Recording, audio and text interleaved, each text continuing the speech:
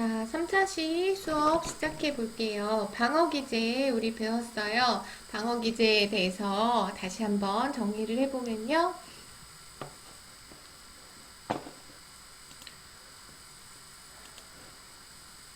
자, 이드에고, 슈퍼에고 잘 기억하시죠? 그 계속적인 갈등 사이에서 생기게 되는 불안이나 죄책감이나 의기소침함 같은 불쾌한 감정으로부터 나를 보호해주는 무의식적인 반응이에요. 우리가 의식적으로 그렇게 합리화시키거나 반동 형성하거나 하지는 않아요. 우리 나도 모르게 자기도 모르게 그렇게 무의식적으로 우리가 반응을 하게 되는 건데요. 자, 몇 가지 특성이 있어요. 방어 기제는 장점이 있죠. 그래서 먼저 아까 말씀드렸듯이 불안하거나 죄책감이나 의기소침 같은 우리에게 생기는 좋지 않은 느낌들을 없애주고 자존심을 보호해주고 우리가 분노 폭발하지 않도록 억제해주는 좋은 특성을 가지고 있는데요. 몇 가지 또 여러분들이 알아두셔야 될 특성이 있죠. 방어 기제는 사실 자기 기만을 통해서 작용해요. 방어 기제는 현실은 아니고요. 사실 자기 기만이라는 건 무슨 뜻이죠? 스스로가 스스로를 속이는 거예요. 나는 사실 합리화 같은 경우가 그렇죠. 나는 사실 아까 얘기 들었던 공무원이 너무너무 되고 싶었어요. 그런데 내가 실력이 부족해서 떨어졌어 라고 받아들이기는 너무 자존심이 상하니까 에이, 어차피 대도 안 가려고 했어. 라고 스스로를 속이게 되죠. 그래서 방어 기제는요, 사실 현실이라기보다는 자기가 자기 자신을 속이는 자기 기만을 통해서 작용한다고 보고요. 그렇기 때문에 현실을 다소 우리가 왜곡을 시키게 되죠. 그래서 자기 중심적인 방식이다라고 이야기를 해요. 자, 그리고 방어 기제는 아까 말씀드렸듯이 거의 다 무의식적이에요. 그런데 간혹 우리가 내가 방어 기제를 쓰고 있구나 라는 것을 의식하면서 사용하는 경우도 있어요. 그래서 거의 대부분은 나도 모르게 무의식적으로 발동시키는 것이 방어 기제이지만 간혹 전의식 수준이나 의식 수준에서 다양하게 작용을 하기도 해요. 그렇다면 방어 기제를 쓰는 게 비정상인가? 그렇지 않아요. 지극히 정상적인 대처 양식이에요. 모두 다 보통 사람이라면 사용하고 있고 아까도 말씀드렸죠. 보통 두 가지, 세 가지 정도의 많이 사용하는 방어 기제들이 있어요. 그런데 문제는 방어 기제를 너무 많이 사용하시는 분들이 있어요. 매사에 뭐가 안 되면 나는 원래 그건 안 갖고 싶었고 뭐를 얘기하면 내가 그런 게 아니고 제가 그러는 거고 뭐 아니면 매사에 이런 식으로 방어 기제를 지나치게 많이 사용하는 사람이 있는데 그러면 뭐가 문제가 될까요? 그 경우에 아까도 말씀드렸죠. 방어 기제는 사실 현실을 다소 왜곡시킨다고 이야기했어요. 그러다 보니까 자신이 좀 더 나아질 수 있는 기회 같은 것들도 없어지고 모든 것들의 원인을 부정함으로써 여러 가지 문제들이 생길 수 있어서 방어 기제를 너무 많이 사용하는 경우에는 좋은 문제가 될 수도 있겠다. 그렇지만 어느 정도 사용하는 거는 정상적인 패턴이다라고 알아두시면 돼요. 자, 이제 또 하나의 중요한 이야기를 할 텐데요. 이것도 사실 매우 중요한 프로이드 이론은 사실 거의 버릴 것이었고요. 지금 제가 3차시에 걸쳐서 이렇게 말씀을 드리니까 와, 프로이드 이론 되게 양이 방대하네요 라고 하시겠지만요. 사실은 거의 이 하나만 가지고도 한 학기를 구성할 수 있을 정도로 굉장히 방대한 학문이고요. 이거는 이제 우리는 다양한 학문을 여러 측면으로 봐야 되고 뒷부분에서는 또 이제 이론가 외에도 체계에 따라서 어떻게 인간의 행동이 달라지는가 다양하게 여러 측면으로 봐야 되기 때문에요. 오늘 1시간 안에 그러니까 한 주차 안에 좀 아주 중요한 것만 아주 간략하게 설명드리고 있어요. 그래서 관심이 있으신 분들은 다양하게 책이나 프로이드 이론은 뭐 너무너무 교재들도 많고요. 다양하게 나와 있어서 찾아보시면 도움이 될 거예요. 자, 프로이드의 심리성적 발달 단계를 말씀을 드릴게요. 그래서 성격이 구성되는 요소에서 굉장히 중요한 이론을 가지고 있는 것이 바로 이 심리성적 발달 단계인데요. 자, 보시면 일단은 연령별로 나뉘어져 있죠. 그래서 프로이드는 이러한 성격이 구성되는 단계를 하나, 둘, 셋, 넷, 다섯 가지의 단계로 나누어요. 자, 그런데 어디까지를 가장 중요하게 생각하냐 하면요. 구강기, 항문기, 남근기까지. 6세 이전에 아까 말씀드렸죠. 이드가 출현하고 에고가 출현하고 슈퍼 에고가 출현하는 그때의 성격 형성의 근간이 다 만들어진다고 보기 때문에요. 이 남근기까지를 중성격 형성의 중요한 시기로 보고요. 이 이후의 시기에 대해서는 사실 거의 설명하지 않아요. 자, 이 얘기는 조금 이따 하기로 하고요. 그럼 첫 번째 단계부터 한번 볼게요. 처음에 볼 것은 이제 구강기에 대해서 설명을 드리면요. 구강기라고 하는 것은 이제 이 에너지, 리비도라고 이야기를 하는데요. 이것이 입으로 오는 시기여서요. 구강기라고 하면 나이는 대략적으로 이제 태어나서부터 만 1세가 되기까지를 구강기라고 하는데 이 시기에 이제 프로이드는 각 단계마다 주요한 과제와 경험에 대해서 이야기해요. 그래서 각 단계마다 반드시 완료하고 지나가야 되는 것들이 있는데 이것을 적절하게 하지 못했을 경우 지나치게 결핍되었거나 아니면 지나치게 과하게 경험한 경우에 이제 성격적으로 문제가 생길 수 있다라고 설명을 하죠. 자, 아까도 말씀드렸듯이 리비도, 입으로 에너지가 오기 때문에 이 시기의 아이들의 특성을 보면 뭐든지 어떻게 하죠?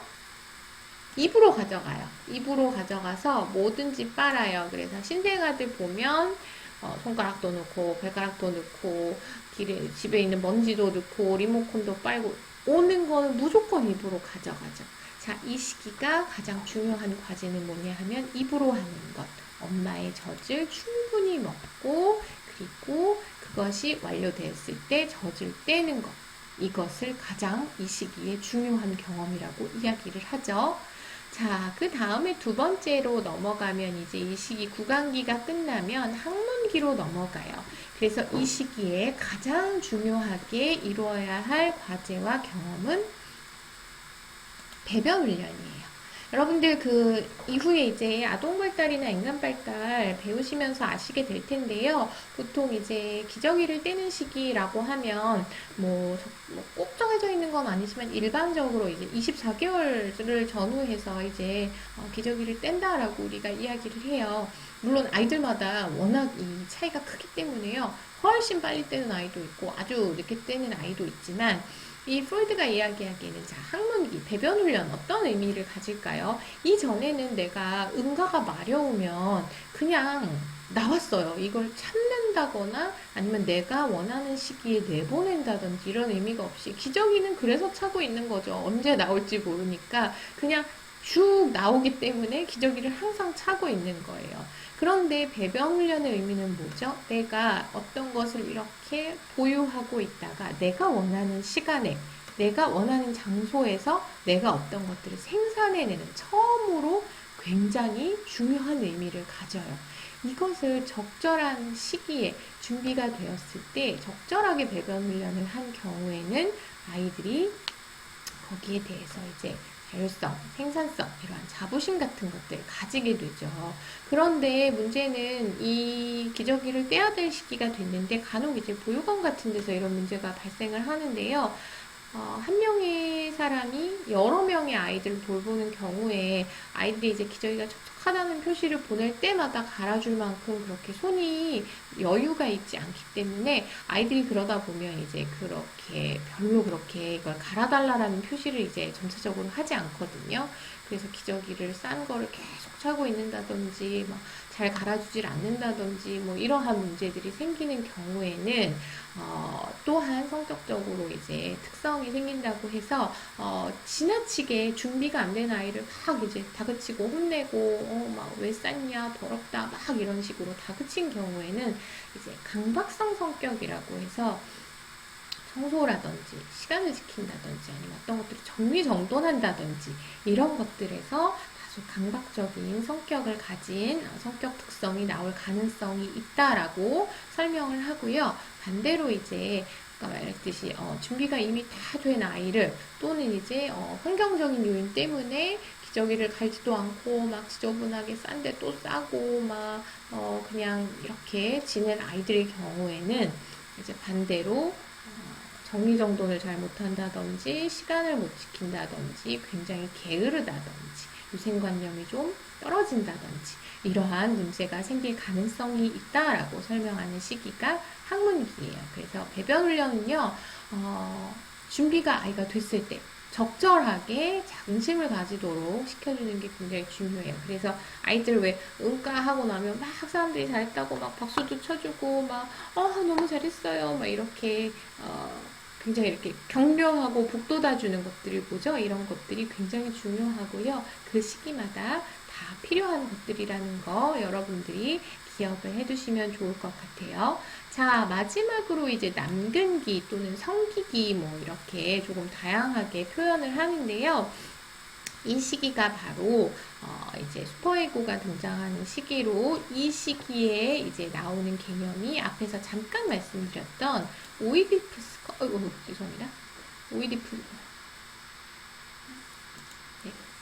오이디푸스 컴플렉스가 등장하는 시기예요. 그래서 보통 이제 심리학에는 여러 가지 컴플렉스 뭐 용어들이 나오죠. 또는 뭐 신드롬 이런 것들이 나오는데 주로 많이 모티브를 따오는 것이 그 그리스 로마 신화에서 모티브를 많이 따와요. 그래서 오이디푸스 컴플렉스 들어보셨을지 모르겠는데 이것도 마찬가지로 신화에서 따온 내용이에요. 간략하게 설명을 드리자면요. 그 테베의 이제 왕이 아이가 생기지 않아요. 그래서 신탁을 받으러 가죠. 그랬더니 아이가 태어날 건데 아버지를 죽이고 엄마와 결혼을 할 것이다. 이런 신탁이 나오죠. 왕이 돌아와 봤더니 정말로 왕비가 임신을 했어요. 아이를 낳았더니 정말 아들이 태어난 거예요. 그래서 사람을 불러다가 얘를 가서 죽여라 이렇게 명령을 하죠. 그런데 이제 아기를 죽이지를 못하고 데리고 국경을 넘어가서 이제 아이를 키워요. 그런데 아이가 이제 자라나죠. 이 아버지는 뭐 물론 죽었다라고 생각을 했을 거고. 그래서 자, 이 오이디푸스가 이제 자라서 길에서 어떤 노인과 시비가 붙어서 노인을 죽이게 돼요. 그런데 사실 이 노인이 평민분장을 하고 시정시찰을 나왔던 자기 아버지죠. 그래서 이제 왕이 실제로 사망을 하게 돼요. 자, 그런데 테베에 스핑크스라는 괴물이 나타나서 이제 사람들을 제물로 바치면서 이제 수수께끼를 내죠. 그래서 왕도 없는 상태에서 이렇게 혼란하게 괴물이 나타나니 만약에 이 스핑크스를 물리쳐주는 사람에게는 왕의 자리를 주고 뭐 왕비와도 결혼을 시켜주겠다 이렇게 방이 붙죠. 그래서 이 오이디푸스가 가서 수수께끼를 풀죠. 그것도 유명한 수수께끼예요. 아침에는 다리가 4개, 점심에는 2개, 저녁에는 3개인 게 뭐냐라고 했더니 사람 뭐 이렇게 얘기를 하죠. 그래서 스핑크스를 물리치고 제가 굉장히 스토리 축약해서 얘기하니까요. 여러분들 혹시 궁금하신 분들은 한번 찾아보세요. 그래서 이제 물리치고 왕비랑 결혼을 해서 자녀를 낳고 사는데 테베에 막 흉년이 들고 역병이 돌아요. 그래서 도대체 왜 이런가 신탁을 받으러 가봤더니 아버지를 죽이고 어머니와 결혼한 페류나가 왕이라 저주를 받았다. 이런 신탁이 내리죠. 그래서 왕비는 그 얘기를 듣고 목을 매서 자살하고 오이디푸스는 자기 스스로 눈을 찔러서 실명을 한 다음에 딸의 손에 이끌려서 정처없이 떠난다. 뭐 이런 스토리예요. 이 오이디푸스 컴플렉스가 어떤 것이냐 하면요. 여러분들도 이 시기를 거치셨을 텐데요. 이 유치원 어린이집 다닐 시기 정도인데요. 여러분들 커서 누구랑 결혼하겠다고 그랬었어요? 여기는 다 여학생이니까. 아빠랑, 지금 생각하면 너무 끔찍한 얘기인데, 아빠랑 결혼을 하겠다고 했었죠. 그러면서 아빠랑 엄마가 손을 잡고 있을 때 막 사이를 파고 들어가서 둘을 끊어 놓는다든지 아니면 아빠랑 결혼을 하겠다면서 엄마를 밀어낸다든지 이런 시기가 다들 있었을 거예요. 그 시기가 바로 오이디푸스 컴플렉스. 컴플렉스예요. 이거는 사실 이제 남자아이의 경우는 오이디푸스 컴플렉스라고 이야기를 하고 여자아이들의 경우는 이거랑 유사한 구도거든요. 이제 자기 엄마를 적대하고 아버지를 사랑하는 뭐 이런 구도인데 여성의 경우는 일렉트라 컴플렉스라고 이야기를 해요. 그래서 이렇게 오이디푸스 컴플렉스가 나타나는 시기예요. 그런데 이 시기에 이제 남자아이들은 자기 엄마 사랑해서 결혼하겠다고 하고 여자아이들은 아빠랑 결혼하겠다고 하고 막 이 시기가 나타났는데 그런데 그렇게 하려고 봤더니 여러분이 아빠랑 결혼을 하려고 봤더니 누가 버티고 있어요? 엄마가 있죠. 어렸을 때 엄마를 보면 어때요? 머리도 막 길고 막 파마도 하고 화장도 하고 높은 구두도 신고 예쁜 옷도 입고 여성성이 강하단 말이에요. 나랑 당연히 적수가 안 되죠. 그래서 오히려 주로 이 프로이드 이론은 이제 남성 중심으로 설명을 하는데요. 이제 남자애들 같은 경우에는 이제 내가 이렇게 계속 아빠를 적대하는 경우에는 내가 이제 거세불안이라고 해서 이제 이거를 뭐 그런 거 그런 그 정도 가지고 뭐 거세불안까지 느껴요 이런 이상해요 이렇게 이야기하는 학생들도 있는데 이걸 설명하려면 시간이 훨씬 또 따로 많이 필요해야 돼서요. 어쨌든 이 거세불안을 느끼게 되죠. 그래서 내가 계속 아버지를 적대하는 경우엔 문제가 될 수 있으니까 그러지 말고 내가 아버지를 동일시해서 내가 아빠처럼 크고 힘있고 강한 사람이 되어야겠다라고 하면서 동성에게 동일시를 아까 제가 그 방어기제 설명드릴 때 동일시에 대해서 설명할 때 잠깐 말씀드렸죠. 그래서 이 오이디푸스 컴플렉스를 극복하는 방법으로 이러한 동일시를 선택을 하는데 그때 나타나는 현상이 이제 남자애들은 아빠 넥타이매 보고 면도기로 막 이렇게 미는 흉내 내고 여자애들은 엄마 화장품 꺼내서 막 눈에도 바르고 립스틱도 바르고 엄마 막 목걸이도 꺼내서 해보고 엄마 홈드레스 같은 거 입고 막 하이힐 끌고 다니고 뭐 이러한 특성들이 나타나는 시기가 바로 이 남근기 또는 성기기라고 하는 이 오이디푸스 컴플렉스를 극복하는 시기예요. 자, 여기까지를 프로이드는 아까도 말씀드렸듯이 성격 형성의 기본 구조가 완성되는 시기라서 이 시기를 굉장히 중요하게 보고요. 나머지 시기에 대해서는 사실 크게 중요도를 갖지는 않았어요. 자, 그래서 네 번째 시기는 잠재기죠. 우리나라 연령으로 보자면 이제 초등학교 시기를 얘기하는데 이 시기에는 이제 아무것도 안 하면 이렇게 써있죠. 성적으로 억압되는 시기라고 해서 이 시기의 과제는 이제 사회적인 접촉을 확대한다라고 하죠. 또래 관계에 치중하는 시기예요. 이성에 대한 관심이 사그라들고 그래서 이 시기에를 특성 보면 여자애들이랑 남자애들이랑 딱 갈려서 놀아요. 서로 막 적대시하면서 왜 여러분들도 뭐 그런 경험이 있나요? 이렇게 이 전까지만 해도 뭐 철수야, 영희야 이렇게 불렀다고 하면 막 그렇게만 불러도 서로 놀리면서 성 붙여서 뭐야 김철수 뭐 이런 식으로 이렇게 공격적 또는 이렇게 거리감을 두고 서로 간의 이성 간의 관심이 이제 잠재되는 시기라고 설명을 하죠. 자, 마지막으로 생식기라고 해서요. 사춘기 이후를 묶어요. 그래서 이 사춘기가 오면서 이제 이성에 대한 관심이 본격적으로 생기게 되죠. 이 시기가 이제 성적으로 성숙해지는 시기예요. 그래서 이 시기에 하는 것들이 이제 정말로 이제 뭐 이성 교제라든지 이런 것들이 이루어지는 시기죠. 그래서 친밀한 관계를 형성을 한다든지 아니면 성인이기 때문에 이를 통해서 사회에 기여한다든지 이러한 특성들이 나타나는 시기라고 보죠. 자, 이렇게 심리성적 발달 단계를 여러분들이 아주 잘 기억을 해 두셔야 돼요. 이 내용은 이제 구강기, 항문기, 뭐 남근기, 뭐 잠재기, 생식기 이 얘기는 뒤에 이론들하고 연결지어져서 계속적으로 나오거든요. 여러분들이 잘 머릿속에 어떤 시기가 몇 살이고 제일 중요한 주요 과제는 무엇인지 여러분들이 잘 기억을 해 두셔야 될 거예요. 자, 그래서 자, 이렇게 심리성적 단계를 배웠어요. 자, 이제 고착이라는 단어가 나오는데요. 고착이라는 것은 무엇이냐? 5단계로 나뉘어져 있었죠. 이 단계가 한 단계에서 이제 연령이 되면 다음 단계로 넘어가야겠죠. 그런데 어떤 이유 때문에 다음 단계로 정상적으로 넘어가는 것에 실패하는 경우에 뛰어넘고 끝나는 게 아니고 그 못 이룬 시기에 고착, 백스텐션이라고 해서 고착돼 버린다라고 얘기를 해요. 그래서 욕구에 대해서 과도하게 오래 많이 경험을 했던지 또는 좌절됐던지 이 두 가지 원인이 전부 다 고착 현상을 일으킨다라고 해요.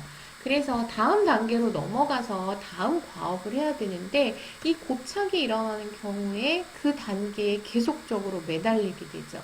방어기제 설명할 때 제가 누구죠? 네, 카사노바 설명을 드렸죠.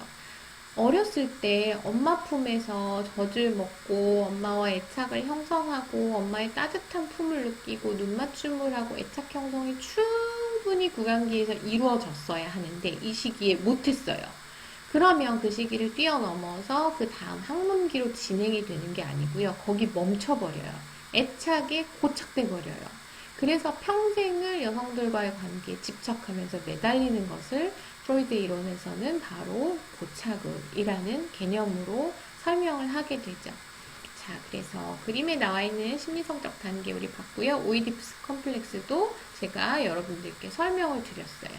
그래서 이 내용들 여러분들이 굉장히 중요한 우리 분야에 있어서 여러 학문 다루는데 중요하게 기초가 되는 학문이에요. 이제 여러분들이 잘 기억을 이제 해두셔야 되고요. 자, 그러면 이제 프로이드의 이론에 대해서 이제 최종 마무리를 한번 해볼게요. 자, 무의식이라는 개념을 처음으로 이야기했다는 것 자체가 아주 큰 사실은 성과예요. 그래서 이 프로이드의 무의식이라는 개념이 나오기 전만 해도요, 의식의 영역이 인간에게는 굉장히 크다고 생각했어요. 그 유럽의 철학사조들 보면 뭐 인간을 생각하는 갈대다 뭐 이런 얘기들 있잖아요. 그런 철학사조에서는 사실 이성, 의식 이런 것들을 굉장히 중요하게 생각하던 시대죠. 그런데 무의식이라는 영역이 있고 우리가 지금은 당연히 의식이 있고 무의식이 있지. 무의식의 가장 대표적인 예가 여러분 뭐예요? 여러분들은 어떻게 할 때 의식이 없어요? 지금도 혹시 의식이 없으세요? 그렇지는 않죠. 뭐 지금도 의식이 없을 수는 있어요. 그런데 우리가 의식이 없는 거에 가장 대표적인 상태가 뭐죠? 그렇죠. 잘 때 의식이 없죠. 그러다 보니까 의식이 없다라는 거는 에고의 컨트롤이 약해져요. 그래서 잘 때 우리가 꿈을 꾸는데 꿈을 꿀 때 보면 굉장히 비논리적이고 이상하고 비현실적인 것들이 막 스토리가 진행이 되죠. 내가 날아다닌다든지 뭐 전쟁이 났는데 막 폭탄 속을 뛰어다녔다든지 아니면 뭐 사람들이 막 다 옷을 벗고 걸어 다녔는데 아무도 그게 이상하게 느껴지지 않았다든지 뭐 이런 꿈의 내용들은 굉장히 황당한 것들이 많은데요. 이게 바로 에고의 의식이 없는 상태이기 때문에 에고의 컨트롤이 약해지면서 내 속에 있었던 그 이드 있죠. 이드는 계속적으로 에고에 의해서 통제돼요. 그러다 보니까 이렇게 억눌렸던 의식 수준에서는 억눌렸던 것들이 내가 자고 있는 동안 자유롭게 상징을 통해서 꿈에서 막 나타나요.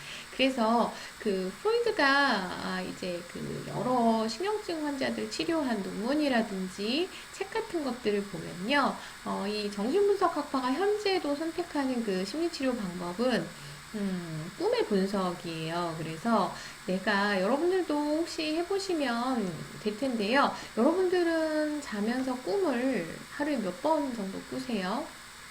많이 꾼다는 사람도 있고 꿈을 안 꿔요 라는 분들도 있지만 실제로 우리는 정상적인 수면 시간을 가질 때 뭐 렘수면, 뭐 수면 패턴 뭐 이런 얘기 들어보셨죠? 정상적인 시간을 잠을 잘 때 3개, 4개, 5개 뭐 이렇게 꿈을 꾸죠. 많이 꾸는데 잊어버리는 거예요 사실. 그래서 아닌데요 저는 진짜 꿈 안 꿔요 라는 사람도 그런 경험이 있을 거예요. 내가 자다가 벌떡 일어났어요. 그랬더니 꿈이 너무 생생해요. 그래서 이를 닦으러 갔어요. 그런데 이를 닦고 났더니 생각이 안 나요. 아까 너무 생생했는데, 막 실감 났는데 이 닫고 나왔더니 생각이 안 나요. 이렇게 그냥 잊어버려요. 그래서 저 같은 경우는 이제 처음에 그 이렇게 자기 분석 같은 걸 받기 시작할 때 꿈을 적는데 잘 때 머리맡에다가 노트하고 연필을 딱 놓고 자요. 그러면 눈을 뜨자마자 내가 꿈꾼 걸 막 써요. 그러면 처음엔 사실 잘 생각이 안 나는데요. 이거를 계속 한 달, 뭐 일주일, 이주일, 삼주일, 한 달 이렇게 하다 보면 나중에 꿈이 점점점 생각이 많이 나요. 그래서 이 꿈을 쭉 적어보면요. 물론 이거를 이제 전문적으로 정신분석가나 이제 정신과 의사 중에서도 프로이드 학파들은 꿈을 분석해서 그 사람의 그 무의식을 분석하면 그 사람이 현재 제일 뭐 이슈가 되고 있는 것들, 문제들, 뭐 좌절된 욕구, 상처 이런 것들을 분석해낼 수 있거든요. 그렇게 뭐 물론 뭐 돈을 주고 하는 방법도 있겠지만 사실 그건 너무 고가고 내가 꿈을 어떤 것들을 꾸는지 계속적으로 보면요. 물론 상징이기 때문에요. 내가 꿈에서 누구를 죽였어요. 그러면 나는 공격성이 많은 그런 건 아니에요. 하지만 이제 그러한 내용들을 계속적으로 반복적으로 적다 보면 반복되는 테마, 이슈, 사건 이런 것들이 있어요. 그래서 그런 것들의 흐름을 보다 보면 아, 내가 이런 것들로 지금 내면에 욕구들이 있구나. 이런 것들로 고민하고 있구나 하는 것들을 여러분들이 좀 분석해 보실 수도 있어요. 그래서 집에서 할 일도 없고 잠도 많이 자는 시기잖아요. 지금 여러분들 이런 거 한번 해보시면 의미가 있을 것 같아요. 자, 그 다음에 이제 프로이드가 이야기한 것이 초기 아동기 경험이에요. 그래서 지금은 우리가 전문가든 전문가가 아니든 전공자가 아니어도 어떤 사람의 현재 대인관계 문제나 심리적인 문제를 가지고 있을 때, 아, 이 사람의 과연 성장 환경이 어땠을까? 이렇게 거슬러 올라가는 걸 굉장히 당연하게 생각하죠. 그런데 사실 이러한 개념들을 프로이드가 만들어냈어요. 아까 잠깐 설명을 빼놓은 부분이라고 하면 6세가 될 때까지 성격 형성의 틀이 거의 완성이 돼요. 그런데 사실 이 시기는 누구와 가장 밀접한 관계를 가지는 시기죠. 사회생활하는 시기가 사실 아니잖아요.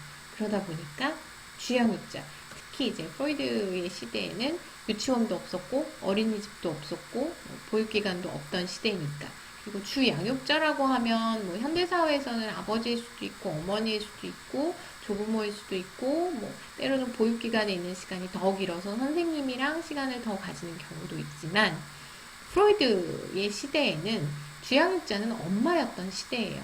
6세까지 거의 엄마와 모든 시간을 같이 하기 때문에 그만큼 많은 영향을 주는 건 누구겠어요? 엄마죠. 주양육자, 부모. 그래서 한 사람의 성격이 형성되고 어떤 심리적인 문제를 가지고 있고 이런 것들을 분석하기 위해서는 그 사람의 성장 환경, 부모와의 관계를 봐야 한다라는 우리가 가지고 있는 큰 틀 있죠. 기본적인 틀이 바로 이 이론에서 나왔어요. 그래서 이런 것들 간혹 이제 비판은 있죠. 이제 검증 가능성이 부족하다. 왜냐하면 어떤 실험에 의해서 뭐 쥐를 실험해서 전극을 꼽아서 뭐 생리적인 반응을 보고 이런 객관적이고 수치화된 검사가 아니고 꿈의 분석이라든지 이런 성장 환경에 대한 히스토리를 보는 거기 때문에 객관성이 떨어진다라는 뭐 비판이 있을 수도 있고 성차별 같은 이야기를 왜냐하면 주로 이제 남성의 측면에서 오이디푸스 컴플렉스라든지 이런 부분에 대해서 설명했기 때문에 이런 부분에 대한 비판은 있어요. 그래서 여러분들이 이런 것들 이해하시면 될 것 같아요. 자, 여기까지 해서 준비된 프로이드 이론 기본적인 개념들에 대해서 설명드렸어요. 자, 여기까지 보시고요. 이제 과제를 내드릴 텐데요.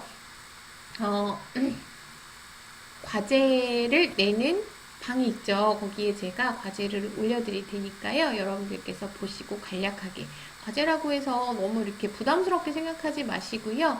자기 생각이나 이 이론들 배우고 나의 경험이랑 비추어 봤을 때 내가 많이 사용하는 방어 기제는 무엇인가 뭐 이런 거 간략하게 한번 써볼 거거든요. 제가 과제방에 올려드릴 테니까요. 기간 맞추셔서 작성하시고 점수 다 받아가시기 바래요. 자, 긴 시간 동안 모두 수고하셨습니다. 우리 다음 주에 다시 만나기로 해요. 모두 건강 유의하세요.